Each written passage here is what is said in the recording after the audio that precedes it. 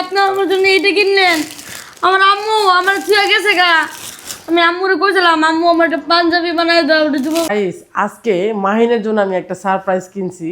এটা মাহিন জানে না। আসলে আপনারাও দেখতে থাকেন কি কিনছি, কি কারণে না দেখলে কিন্তু ভিডিওটা অবশ্যই মিস করবেন। তো মাহিন, মাহিন জি আন্টি। এদিকে আই, তোর জন্য আজকে একটা জিনিস কিনছি, এদিকে আস। হ্যাঁ আন্টি বলেন।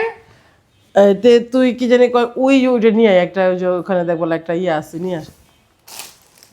এই দিন আমি আজকে অনেকদিন যাবতই ও বলতেছে যে এই, আন্টি আমার না মাদ্রাসা যাই, মাদ্রাসার বাচ্চারা মানে আমার দেখে মানে একটু ইয়ে করে, আমি নোংরা কাপড় চোপড় পরে যাই দেখে, মানে এরকম ধরনের কথা প্রতিনিয়ত ওর শুনতে হয়।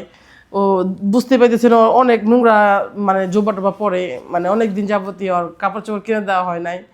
আমরা আসছি তো অনেক দিন যাবত ঢাকাতে। তো মাহিনের জন্য আজকে আমি কি কিনছি মাহিন জানো? কি আন্টি? আল্লাহ আন্টি আপনি আমার জন্য এইটা কিনলেন? আমার আম্মু আমার ছুঁয়ে গেছে গা। আমি আম্মুরে কইছিলাম আম্মু আমার একটা পাঞ্জাবি বানাই দাও, ওটা দিব বানাই দাও। আমার আম্মু আমার বানাই দেয় না আন্টি। তো কেমন লাগলো আমার সারপ্রাইজটা? Wow, looking like a wow.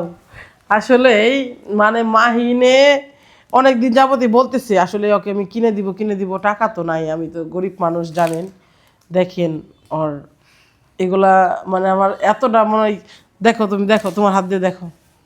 Allah aunty অনেক সুন্দর হয়েছে আন্টি। তাই?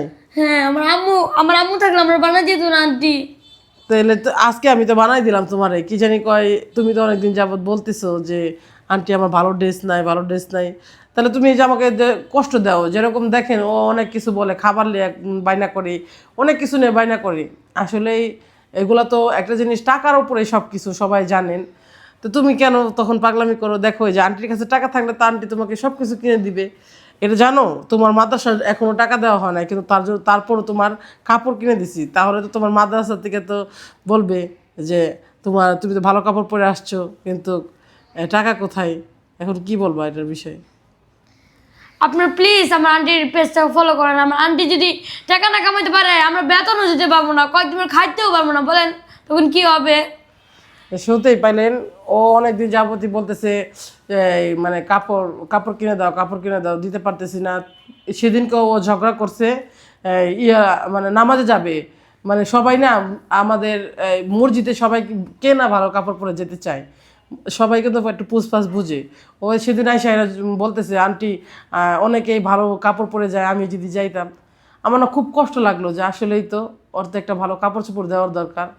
তো কি জানি কয়, এই জন্যই এই এই এই ড্রেস আপগুলো কিনা, দেখেন কত সুন্দর, মানে কি বলবো। এই যে দেখতে পারতেছেন এত সুন্দর, দেখো তুমি দেখো না কেন? তুমি না দেখলে তো আমি বুঝতে পারবো না।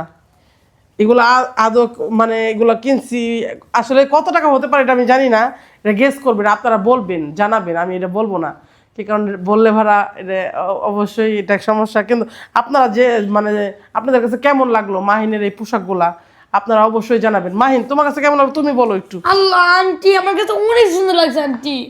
তাই? হ্যাঁ তাহলে এই বিষয়ে কি বলতে চাও তুমি? আন্টি আপনি আমার মার মতন আন্টি।